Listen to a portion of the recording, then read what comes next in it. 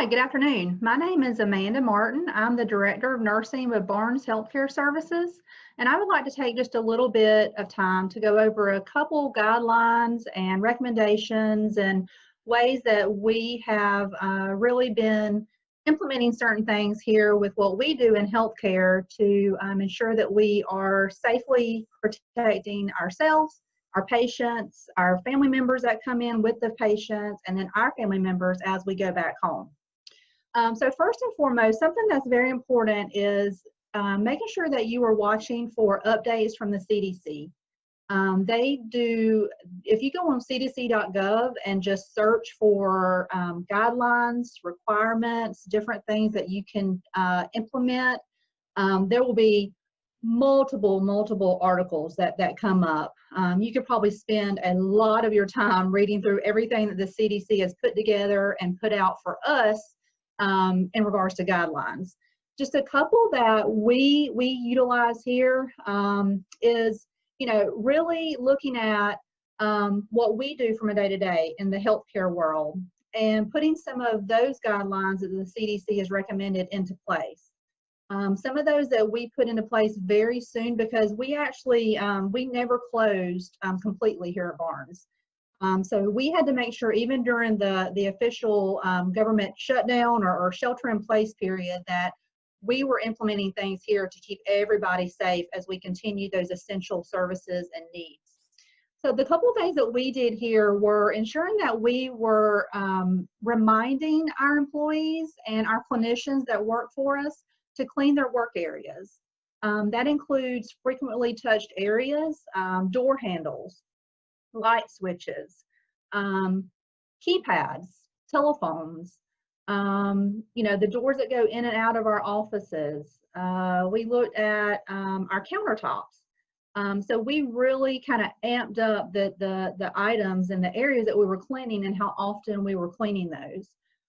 You would probably want to check with the business or the organization that you work with. A lot of those companies have to follow OSHA guidelines, and they have manuals that they have to utilize to implement certain cleaning disinfectants. So just make sure you check with your company that you're utilizing something that they have approved. But definitely clean, clean, clean. You actually cannot clean too much on those inanimate surfaces. Something else that we implemented, which the CDC actually recommended, was employee temperature checks. So we started that very, very early on when COVID-19 kind of came to our area. So all of our employees are checked on a daily basis. We actually use infrared digital forehead thermometers. So there's no contact either way. Those are really nice. We actually had some already in our offices because we see patients here, and that's what we used prior to this even starting. But I do know some businesses that have purchased those from Amazon. They range anywhere between $40 to $100. You can do a lot of research on those. There's some really good ones out there for $40. So if you're an organization or a business that's getting ready to open back up or in the process of doing that, go onto Amazon, see what they have available, do some research. One thing that I would suggest is that you look at the delivery dates for those, the expected delivery dates, because some of those thermometers are coming from outside of the United States, and some of them have 3 to 4 week delivery time frames. So you may be getting a good deal on one, but it may not be here for another month. So just kind of check that out before you actually purchase one. But they have some great deals on there, which I know some businesses around here have purchased from. A couple other areas that we have implemented is we are definitely practicing the social distancing. I know that's something that has really been just like ground in our heads for the past couple months, but it really is quite important. Whether you are out in the community doing your shopping, whether you are visiting some of our local establishments that are beginning to open back up, or whether you're going to work every single day. You really can't be too careful right now, and just continue to practice that social distancing, which we are, continuing to do here at Barnes as well. Something else that could be dependent on your type of business or your organizations are the facial coverings. I know in healthcare, our company has we actually required our team members that have those face-to-face patient interactions to have complete personal protective equipment on. Now, I know you won't be going out into the community seeing people wear gowns and goggles and face gear and booties. That's probably a little more specific to what we do on our end in healthcare. But check and see if it is a requirement from your state or local government based off of what type of business or organization you may be a part of, if that's a requirement before returning to work or before opening to have customers and patrons coming in. A couple other things that we are doing is we are assessing our patients and our visitors before they come in to be seen. So if you are in a setting to where you are seeing people by appointments, that may be something that your organization puts into place, or that the state government is requiring you to do as well. I know we're doing it here for the safety and the requirement reasons. But we're assessing all of those individuals for shortness of breath. Of course, they have a fever with the temperature checks. Do they have any sort of fatigue? Are they feeling, do they have a cough, a dry cough? Those types of things. Have they traveled outside the United States, or have they traveled domestically within the past couple weeks? All of those are types of questions that you could definitely ask. Or if the state's requiring you to do some more in-depth type questionnaires or assessments before you are scheduling patients or seeing people, those are some things to kind of think about to put on possibly your protocol or your assessments that you're doing. Another thing is utilizing disposable items.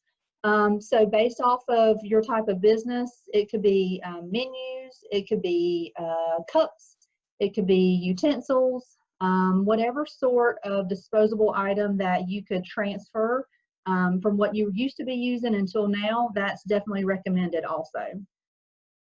One other thing is limiting the number of customers or patrons within a certain area. So based off of, again, your type of business, you may have to limit those number of customers in your inside area to a certain number based off of the square feet that your business has available. So just really make sure you have checked into those requirements that have been mandated down to us. It is different based off of, you know, are you in healthcare? Are you in retail? Are you in childcare? You know, there's a multitude of different types that have different requirements. So just make sure you are fully aware of what those are and are following those to the best of your ability. Let's see. I'm just going to scroll down here. One other thing I want to talk about was what to do if you need help. So let's say you are not feeling well. You don't necessarily have a fever, but you just are feeling sluggish, fatigued. You've had a cough for a couple of days, and just not up to par. The first step from my suggestion would be to contact your primary care physician. They're a great first step. A lot of our providers within our South Georgia area that I know of has actually implemented telemedicine or teleresponse type communications. I know there's a lot of pediatricians that are in our area doing this now to allow you know, mothers and fathers and other caregivers to have access to their pediatricians without having to take their children into those offices. So that's a great option. I would always suggest contacting your provider's office, your primary care, your internist, your pediatrician, whoever you would see first off, and just ask them, you know, what their process is. I'm sure they could give you multiple options as to how to be seen. Another option is if you are experiencing some of those signs and symptoms of COVID-19 that we already discussed, you know, the fever, the cough, the definite shortness of breath, or unable to catch your breath, the Department of Public Health here in our surrounding areas is a great resource. I know, being downtown right next to one of the main Lowndes County Department of Public Health, I've actually seen them recently set up a drive-through where people are actually driving through and being tested. So that's a great resource as well. You can call DPH, you can look them up online, or you can just go through one of the local drive-through screening areas and be tested as well. So people usually ask me, I've gotten this a lot over the past couple of weeks, especially with what I do and being in nursing and healthcare. They've come to me and said, well, what can I do to prevent this? What can I do to prevent the spread or catching something? What do I really need to be doing? And so I thought to wrap this up, I would just include a couple of those nursing tidbits of advice that I've given, family and close friends. And that the main thing is staying away from others when you do feel sick. We don't have to be superheroes. If you are feeling ill at all, it is best for you and others that you may come into contact with to just stay at home, first and foremost. Other suggestions is to avoid crowds and people who are sick. If you have a certain diagnosis or maybe a chronic disease process, such as a heart condition or diabetes or a lung condition like COPD, emphysema, asthma. If you have something where it makes your immune system automatically lower, if you were taking some sort of like steroid medication, it is definitely recommended to avoid outings and public places right now, just with, the state of everything with the virus and all. You are more susceptible to contracting that virus, and it really kind of catching hold into your bodily systems and causing you to get ill. So if you have any of those, I always suggest that you stay home and really practice social distancing that way. Some other suggestions that I really laid on strong in the beginning of this was to delay travel. I know right now a lot of the states are beginning to open up, some of the beaches, some of the public areas, and I know we've all been cooped up inside and just ready to get out. Trust me, I'm the same way. But if you can delay as much of that and as much of that travel as possible, planes, things such as that, anything that has you closely with others, that's just going to help increase the likelihood of not contracting anything. So it probably is not as strict now as it was when we had the shelter in place and not going out. But if you are worried about continuing to contract this, I would definitely suggest delaying any sort of travel for right now. Of course, cover your cough and your sneezes. You can always use a tissue. I suggest, utilizing something where it's the bend of your elbow and then using some sort of wipe or antibacterial wipe to clean that. Wash your hands afterwards, of course, that's huge. Always use soap and water. If soap and water is not available readily for you, feel free to use the alcohol-based. You do want to make sure, I believe it's recommended to have at least 60 or 70% alcohol-based sanitizer to ensure that you have the best protection once you do that cleaning. That's really all that I have in regards to, guidelines that we have implemented for the most part, or suggestions. I really appreciate the time and the attention today, and I wish all that's listening the very best as we continue to work through this together.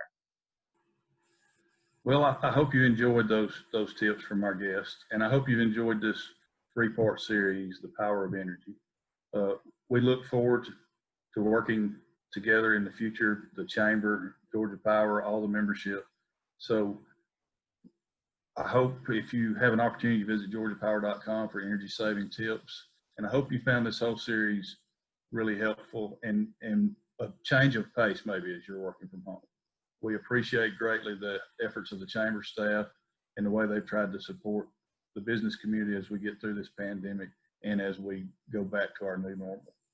So thank you very much. Go and have a good day. We'll see you soon. Thank you.